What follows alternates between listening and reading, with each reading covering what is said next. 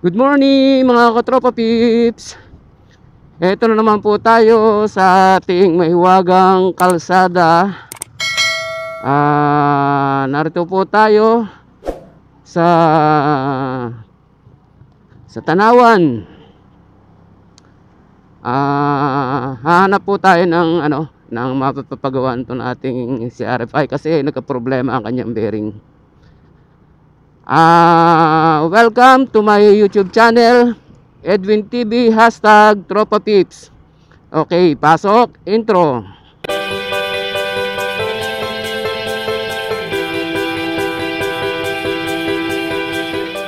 Itong front ng ating RFI, nagbago ang kanyang windshield. Nagpalit na po tayo ng windshield at ipinalit po natin yung stock niya. Kasi yung aking kinabit na windshield na pang NMAX nasandala ng motor ng anak ko. Kaya doon tumama yung handle niya sa windshield ko, kaya nabasag yung windshield ko. Kaya ito, ipinalit ko na ulit ang dating windshield niya, yung stock. Kaya ito, mapapansin nyo, mababa siya sa unahan. Kasi sa katagalan na po ng na paggamit natin kay RFI, kasi mga daanan natin medyo lubak-lubak kaya nagka-problema na yung ating bearing sa unahan, kasi naramdaman ko kumakabig ang kanyang manubela. Kaya hahanap tayo ng mapapagpagawaan muna ngayon. Doon tayo pupunta sa may Santo Tomas. Yan, doon tayo hanap ng mapapagawaan.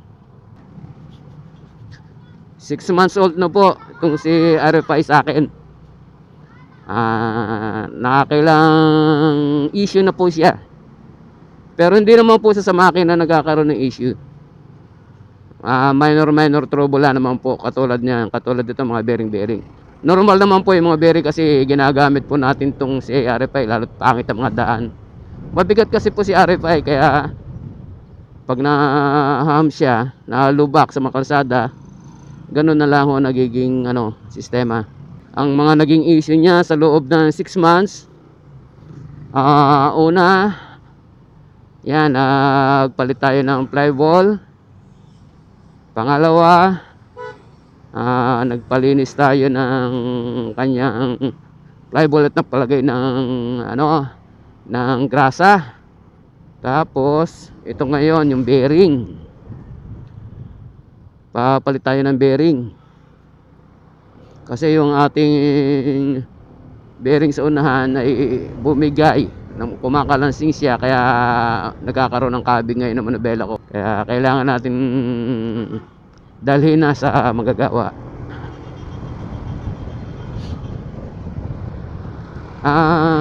Sorry po mga katropa pips kung ngayon lang uli ako nakapag-upload ng video, kasi sadyang busy lang itong nakaraang araw na to. Madami po kasi akong ginagawa i-upload ko rin po ako sa inyo. Mag-upload din po ako sa inyo ng video na nagagawa kong mga slidings, saka mga screen door, cabinets. Yan, i-upload ko rin po yan. At para ma-share ko naman po sa inyo. Details po nung aking i-upload na aluminum, lahat po ng mga accessories noon at saka kung paano gawin, i-reveal ko yun para makapulot naman po kayo sa akin ng idea kung paano gumawa ng mga aluminum at saka cabinet, screen door, yung alco frame na screen door. Yan, may in-upload na po ako dati, kulay white, powder coated white na screen door na alco frame implements. Ngayon naman po may mga project po tayo, may magawa po tayo na kulay brown naman, look. Kaya papakita ko po sa inyo isa-isa para makapulot po kayo ng ng idea. Po, sa pool na mapalinis ko po to yung kanyang yung kanyang ng mga flyball, yung mga tsaka naglagay ng ano, ng grasa. Yun. Hindi man sa pag-ano, sadyang ano mo siya. Lumiksi, parang kapit na kapit po siya sa makina niya. Sa may flywheel. Yan. Ay yung pong mga katropa natin na nag-subscribe sa akin at saka nagtatanong tungkol po dun sa kung paano i-assemble yung ano, yung mga screen door ko, tsaka ano mga materyales, ano mga tools na gagamitin. Tanong po nila sa akin yan. Ngayon po pagka gumawa po ako ng screen door po ulit, yan akin pong i-upload sa inyo. Abangan nyo na lang po yan mga katropa pips. Doon muna po tayo magbablog sa aking pag-aluminum.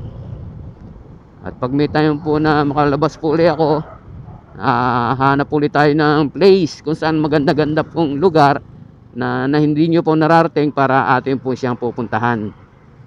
At akin pong ibablog sa inyo. Narito po tayo sa ano, sa palengke ng Santo Tomas. Yun, hablin. Ngayon, nakaano pala dito. Saan po tayo mag-U-turn? Hanap po tayo ng mga U-turn. Pa sa kabila.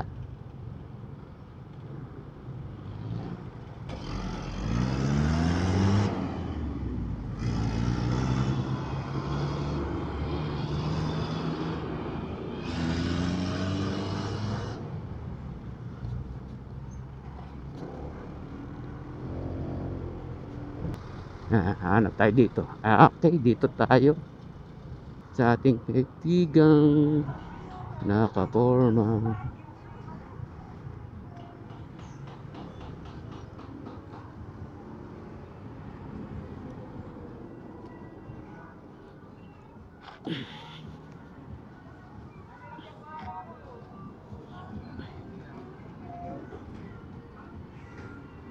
A few moments later. Yan. Mga katropa, nakapagpalit na tayo ng bearing. Hindi ko na lang pinakita kasi dami naman ano daming ang ingay. Dito yan sa Habulin Power Gem Motor Parts and Accessories. Dito sa may tapat na palengke ng Pamilyang Bayan ng Santo Tomas. Okay, let's go. Tingnan natin kung okay na. Ba? Kasi kumakabigla yung dati. Nakakabig na sa manabela. Ito. Okay. Wala na. Salamat sa iyo, kuya. Shout out to you. Inokoy mo na ulit ang aking RFI. Ingay kasi sa loob mga katropa.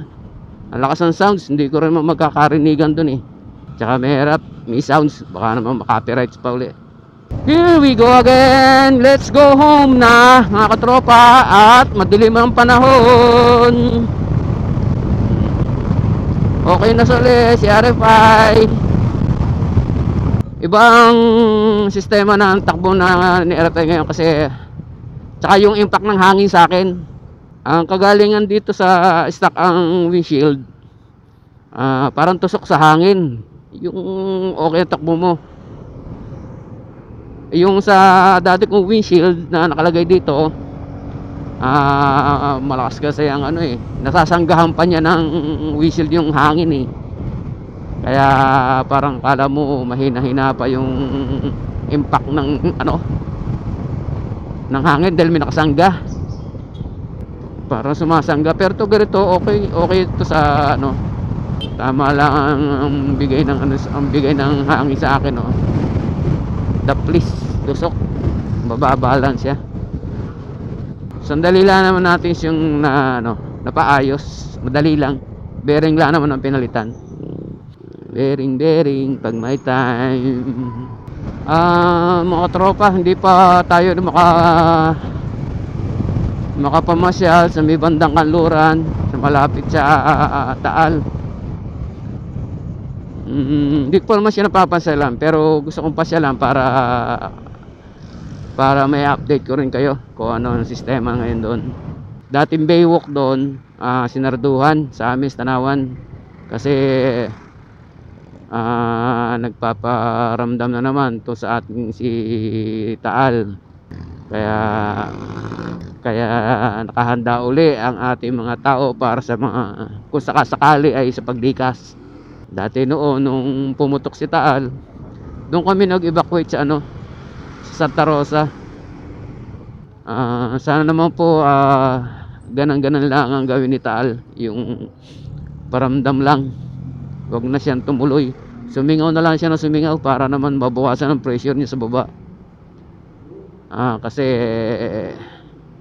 babagyan ng nakakabangon ng konti ang mamamayan dito sa atin sa Tanawan, tapos biglang babalik na naman sa dati. Pero ganun pa man, kailangan din po natin na mag-ingat at laging handa, kasi hindi natin masasabi si Taal kung kailan siya sasabog. Pero try natin ngayon din puntahan yung baywalk kung makakapasok tayo, kung anong update. Papakita ko sa inyo yung kahit malayo lang to, yung long distance tayo mismo sa dahil doon lang tayo sa may tabing dagat sa baywalk. Ayaw ko lang makakapasok ha. Tatry natin para masilip natin yung yung status ng Bulkan Taal. Dali lang naman sige. Okay na uli ating si EGRFI. Nawala na po yung pangangabig ng kanyang gulong kasi nung hindi pa napapalitan ng bearing, siya umakabig, parang lumalaban ang gulong. Ngayon okay na, fit na uli siya. Woo! Sarap ng hangin, malamig.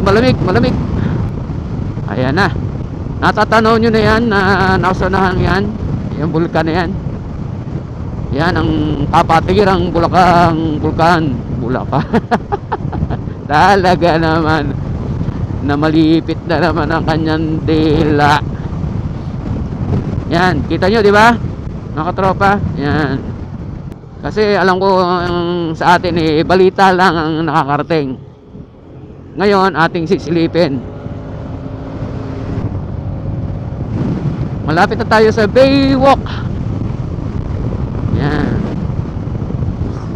tingnan natin kung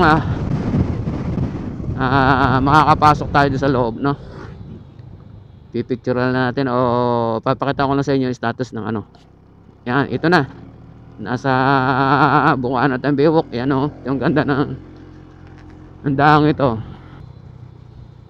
Yun,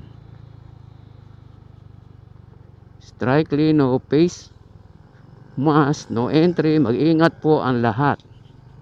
Welcome Banyadero Baywalk. Ito po ang sinasabing baywalk. Ayan,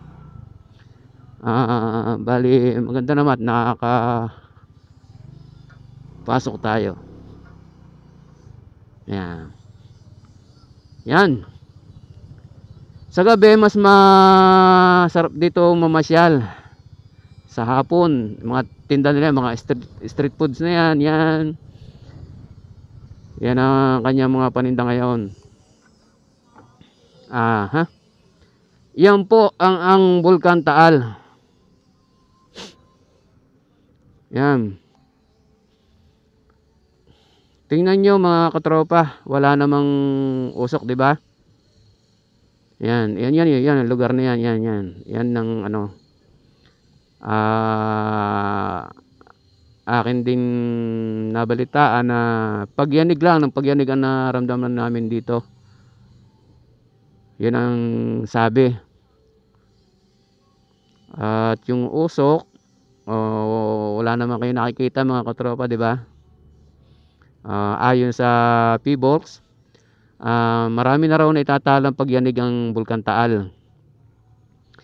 Yan, at parang minarinig silang parang umaagos na laba sa loob ng Bulkan Taal, doon sa kanilang Ano ba yun? Aparato ba yun? Yun. Kita nyo na mga katropa. Narito ngayon ako sa, kung tawagin ito ay Baywalk. Yan. Baywalk. Dito marami namamasyal dito. Ayun, gagawing resto bar yun. Resto bar. Ayan, mga street foods. Yan. Yan. Sa gabi. Sarap mamasyal dito. Mga riders, marami din ditong nagpupuntahan. Dito lang po sa May Bañadero to. Sa tabing playa. Yan ang sinasabi nilang Baywalk. Kasi yung Baywalk na yan, didiretso yun hanggang doon. Itutuloy yan hanggang doon. Tagupan yan ng Hanupol, Gonzales, Wawa, Buot, yan. At dito naman sa areang ito ay papuntang Ambulong, yan. Pag na-develop yan, lalo maganda na dito sa gilid ng gilid ng dagat. Tanaw na natin na magandang tanawin dito sa sa may Bulkan Taal.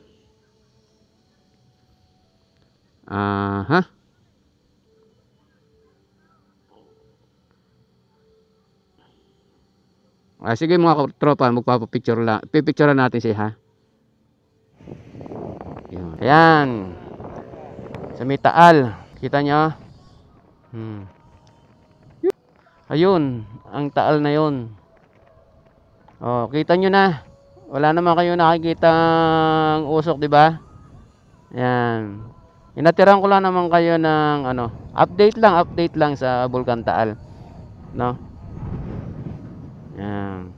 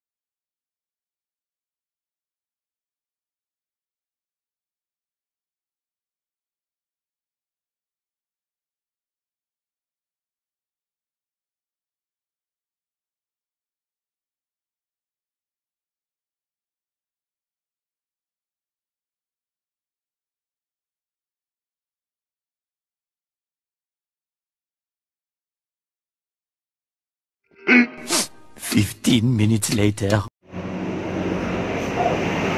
Hello mga katropa.